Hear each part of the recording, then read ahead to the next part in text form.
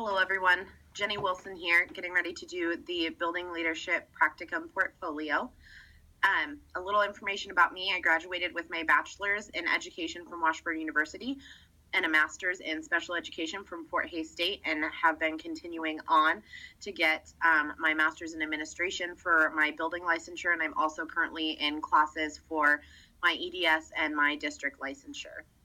I'm in my 6th year of teaching. The first 4 years I taught in Hays, Kansas at KVC Wheatland, which is a psychiatric hospital. I taught K through 12 students, and they were on what was called a PRTF, or a psychiatric residential treatment facility.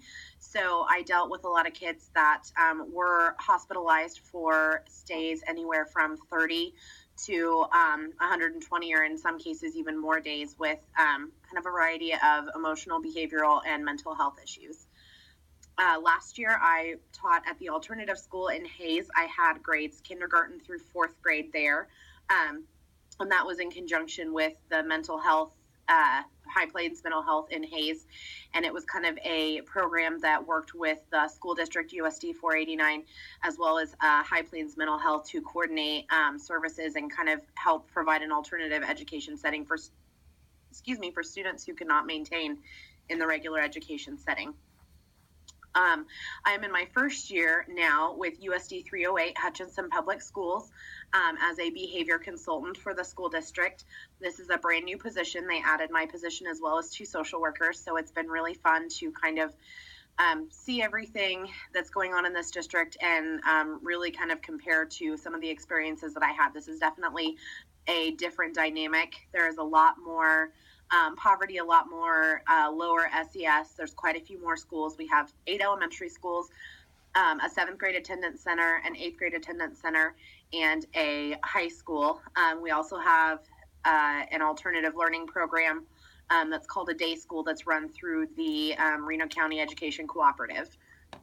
So definitely keeps me busy, and it's been kind of a unique position because my position, while it's not considered a actual administration position, I do have some additional responsibilities, including being in charge of some of our special classrooms, including the behavior support classrooms and the communication and social skills classrooms, which are considered like autism classrooms, where they work on communication and social skills.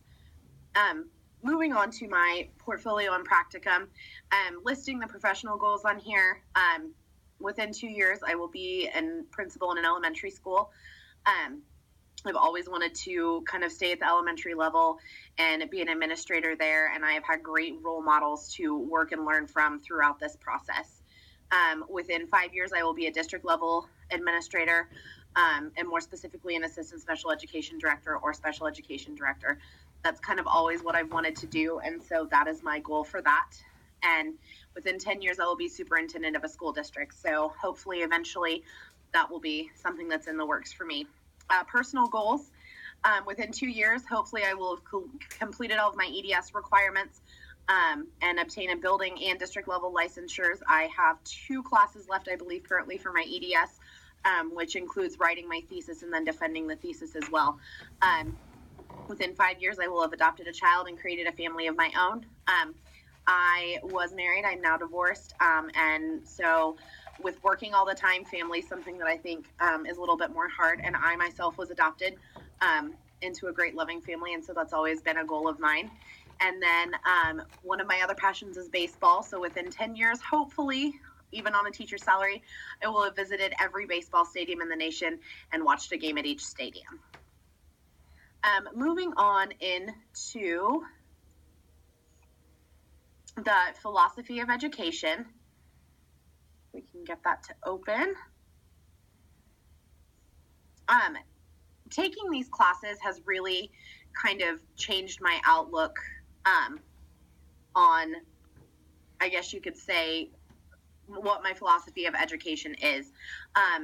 In this philosophy of education, I talk about it, the biggest thing that I have learned is that a good leader is able to build relationships, and a good leader is able to establish a sense of trust and a culture of trust within their school. And it gives that sense of trust, and building those relationships gives kids the sense of security and safety, and always knowing that school is a safe place to be, and it helps them to access their curriculum. And when you have an administrator that teachers can talk to and work with, and there's that open line of communication, then you can make the changes necessary and adjust whatever you need to adjust to help kids meet their needs. The other thing that I see all the time in schools are that change is a good thing, and it's not always seen as such. And I think a lot of times these kids' needs change depending on, what time of year it is, or sometimes depending on what parent they're with or what their home life situation is. And not only is it just how we meet the kids' needs at school, but what they need educationally changes. They may have strengths in some areas and weaknesses in others. And that's where we really need to kind of take a look at it and help students feel valued, but also kind of play into their strengths and their natural skill sets that they have, and be able to customize an education that's going to be able to help them. The other thing that I've learned throughout this is community is everything. In Hutchinson, the one thing that I really do like is that, community resources, there are a lot of things out there and a lot of people out there that are interested in helping these kids succeed. Parents, business people, stakeholders, Boys and Girls Club. There's just a lot of people that are really willing, if you go out and ask, and when you talk to people, to help kind of create those opportunities and help those kids be successful. So that's just kind of my philosophy of education in a nutshell. And creating the schools our students deserve, that's a big thing to me. And I think, as a future administrator, that's one thing that I really want to strive to be. I've been in several schools where the administrators aren't as strong and those schools are struggling. And I've been in schools where the administrators are really strong, and I just see the culture and I see how everybody leans on each other. And that's what I want to have for my school when I'm an administrator. The next thing that you'll see is the program of study. And it did have all the classes listed on it, but I just kind of condensed it down to the classes that were required for the Masters of Science in Education. And then when I took those classes, and then what my final grade was in the class. So you can see that on there.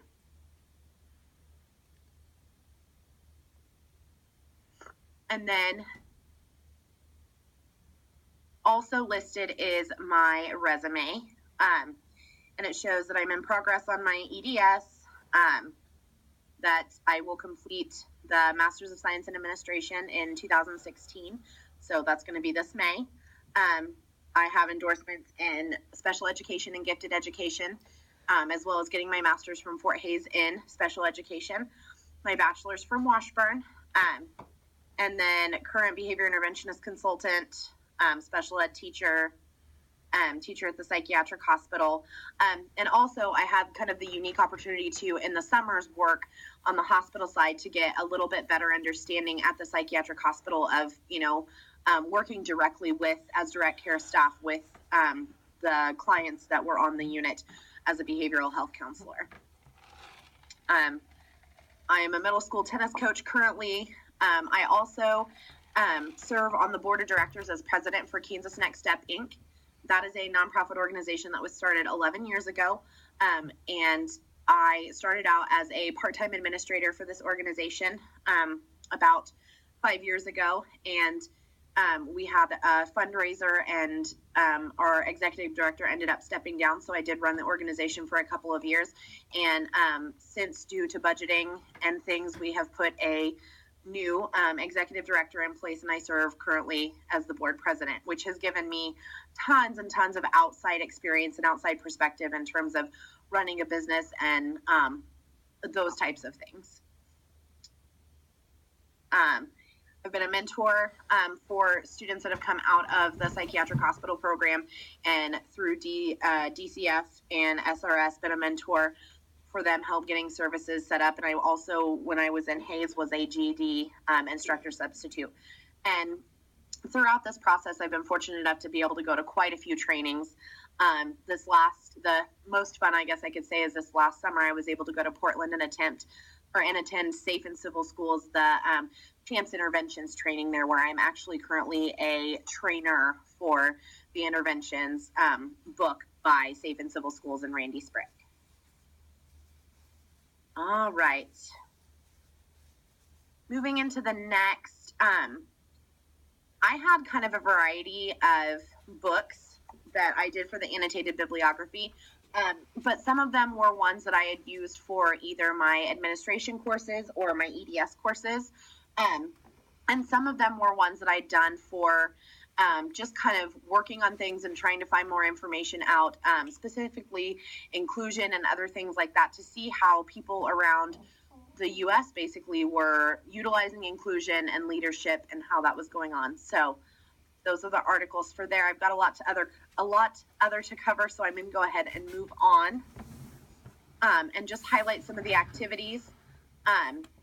There are several lists on here. I have a case study presentation for parental apathy that I did. That was one of my favorite case studies. And educational research presentation, that was probably my favorite out of all of my administration courses, was being able to take that educational research class. I love doing research. I love data and all of that kind of stuff. So there's a link to that there. There's also a link to a critical thinking presentation. And I really appreciated that we did a lot of activities that, made us think a little bit more critically. The other thing is the book study for fostering resilient learners. That is something that's currently in process and I'm working on for one of my classes, and that's for the EDS, but it's something that I've been working on for a while. It's a really great book, and to be able to present it as a book study for the school district is really an exciting achievement for me. Here as well, just highlight some of the different videos and activities that I have had to make over the time. I'm sorry I'm skipping through these quickly, but I want to get to the activity log.